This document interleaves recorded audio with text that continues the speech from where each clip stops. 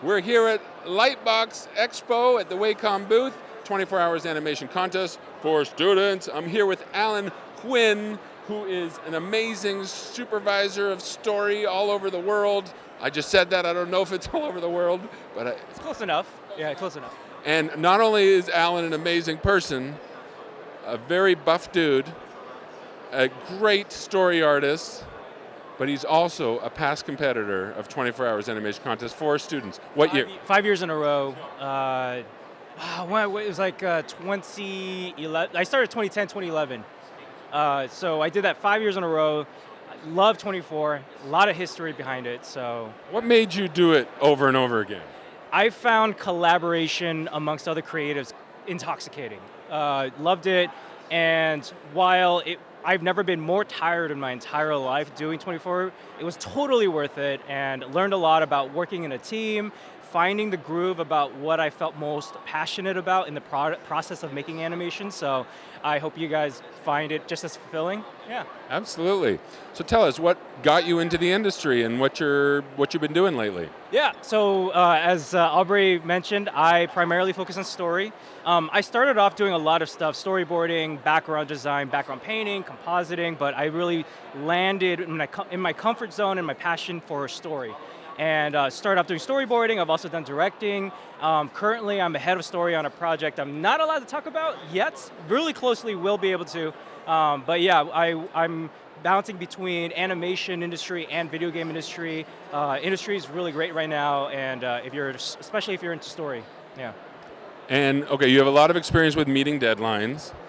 What do you do? You've got a lot to do in a short amount of time. What do you do to get yourself into the zone and keep you working towards deadline? Yeah, actually that's a really good question, and I still do this all the time, especially when you're really working and you're zoning in, and you're starting to feel the stress of it all. Everyone always talks about stepping away. I very much support that, but more importantly, when you step away from as far away from your desk as possible and stretch. Look at something that is at least 20 feet away. And I mean that because on one of my first jobs, I didn't do that, and I actually ended up hurting my eyes. So I had to go see a doctor, fatigue the back of apparently the muscles that control your eyes get fatigued as well.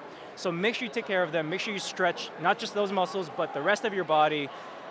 Give yourself timed breaks, and then when you come back to your desk, set 45 minutes of productivity, and really allow yourself to fall into the zone, but remind yourself to take care of yourself physically as well. And don't forget to do power lifts. Yes, don't forget to build muscle, eat lots of protein, all this stuff. Okay, so one more question for the 24 Hours participants. They've got a short amount of time left. What is your best advice to get them to the finish line?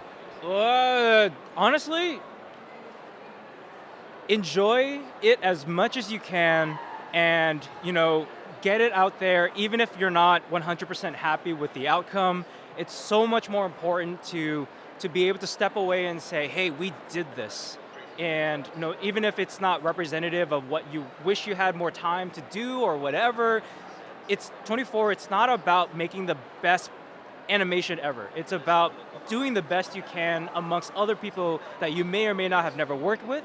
And it's about really the experience and what you pull from it.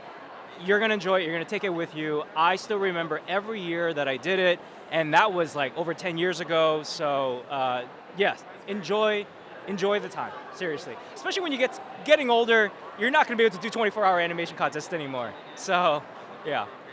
You're here to hear first from Alan Huynh. This is amazing. Thank you, my friend. Awesome to see you. Yeah. Good luck, folks. You got this.